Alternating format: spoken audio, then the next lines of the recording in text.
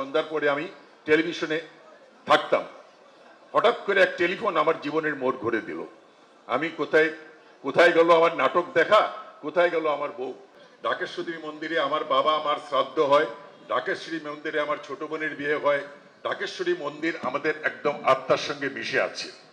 এবং এই মহানগর পূজা কমিটি যখন হয় তখন আমি দেখছি এই কাজল দেবনাথ আর দীপু সেন, স্বপন সাহা, এরা যেভাবে আমার শ্বশুর বাড়ি, তখন আমার শ্বশুর বাড়ি ছিল না, তখন 43 মিরপুর রোডে তারা অনেক মিটিং করত। তাদের পরিশ্রমের ফসল কিন্তু আজকের এই ঢাকেশ্বরী মন্দির। আজকে আপনারা অনেকেই অনেক জায়গা থেকে কষ্ট করে এই গরমের মধ্যে এসেছেন আপনাদের একাত্মতা ঘোষণা করার জন্য।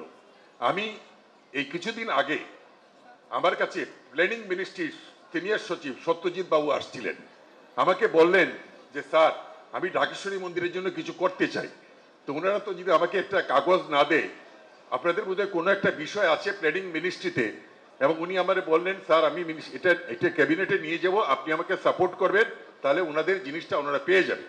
আমিও কথা দিচ্ছি আমি আপনাদের এই জিনিসটা আমি সাপোর্ট করব, করে আপনাদের যে জিনিসটা এখন প্ল্যানিং মিনিস্ট্রিতে আটকে আছে আমি সেটা কাজ করব।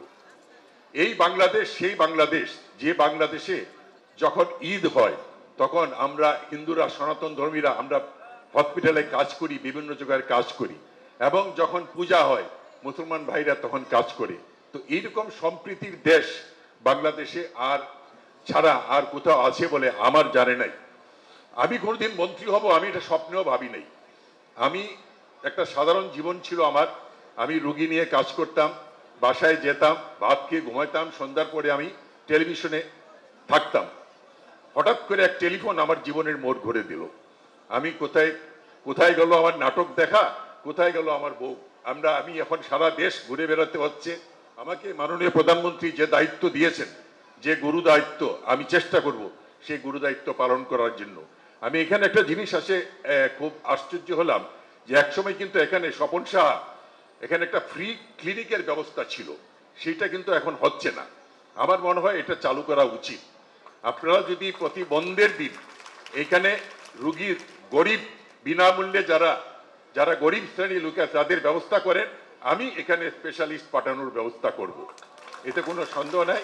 আপনারা এই কাজগুলো করেন, মানবতার সেবা। আমি যেটা বিশ্বাস করি, জীবে প্রেম করে যেজন সেজন সে বিচে ঈশ্বর, সেই স্বামী বিবেকানন্দের সেই অমর বাণী, এই বাণী নিয়ে আমি আমার কাজ করে যাচ্ছি। আপনারা আমাকে আশীর্বাদ করবেন আমি যেন আমার লক্ষ্যে পৌঁছতে পারি। আমি অত্যন্ত দুঃখিত, কারণ আমি আজকে রাত্রে দেশের বাইরে যাব, আমাকে এখন আমার হাসপাতালে যেতে হবে, আমার 2-3টা রুগী দেখতে হবে। সুতরাং আমি এখন বিদায় নিব। আপনারা সবাই ভালো থাকেন, সুস্থ থাকেন। জয় বাংলা, জয় বঙ্গবন্ধু।